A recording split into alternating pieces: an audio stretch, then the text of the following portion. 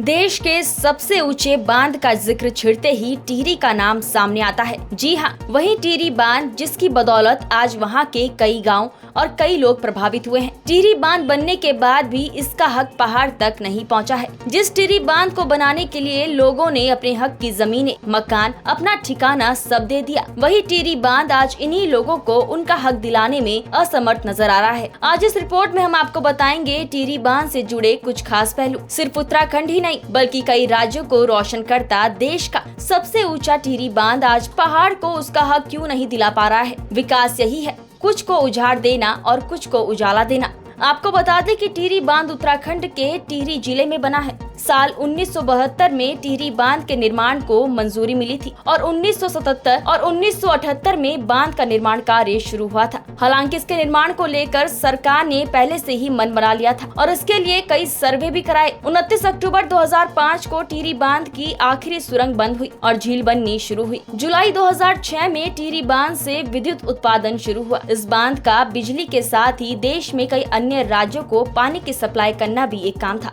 इस बांध से कुल 2400 मेगावाट बिजली उत्पादन का लक्ष्य था, जिसमें से अभी 1000 मेगावाट बिजली उत्पादन होता है और वही 400 मेगावाट बिजली का उत्पादन कोटेश्वर बांध से होता है। 1000 मेगावाट उत्पादन के लिए अभी और काम होना है, जिसको लेकर काम जारी है। वहीं इसका जलाशय 42 वर्ग किलोमीटर लंबा है। टिहरी बांध से सिंचाई के साथ साथ दिल्ली, यूपी और उत्तराखंड को पेयजल भी उपलब्ध कराया जा रहा है। हालांकि इस पूरी परियोजना के लिए पुराने टिहरी शहर को जलमग्न होना पड़ा था। इसमें 125 गाँव पर असर पड़ा था। इस दौरान 37 गाँव पूर्ण रूप से डूब गए थे, जबकि 88 गाँव आंशिक रूप से प्रभावित हुए थे। अब बात करते हैं टिहरी बांध से होने वाले बिजली उत्पादन की, जिससे आप सभी वाकिफ होंगे। 8,392 करोड़ रुपए लागत के टिहरी हाइड्रो प्रोजेक्ट पर वर्ष 1978 में काम शुरू हुआ था। पहले चरण में 1000 मेगावाट के प्रोजेक्ट का काम पूरा होने के बाद वर्ष 2006 में यहाँ बिजली उत्पादन शुरू हुआ और अब बिजली उत्पादन की क्षमता बढ़कर 24 मिलियन यूनिट हो गई है।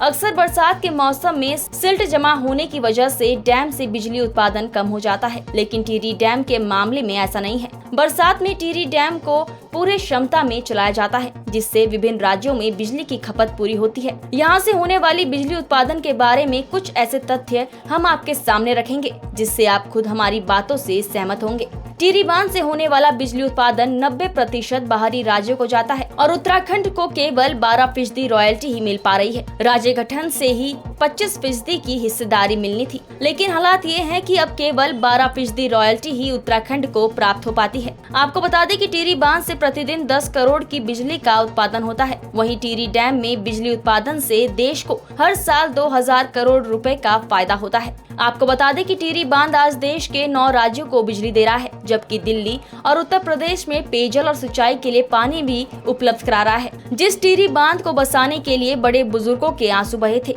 जिसकी स्थापना के लिए 37 गाँव पूर्ण रूप से डूब गए थे, आज वही टिहरी बांध उनके सपनों को आईना दिखाता नजर आ रहा है।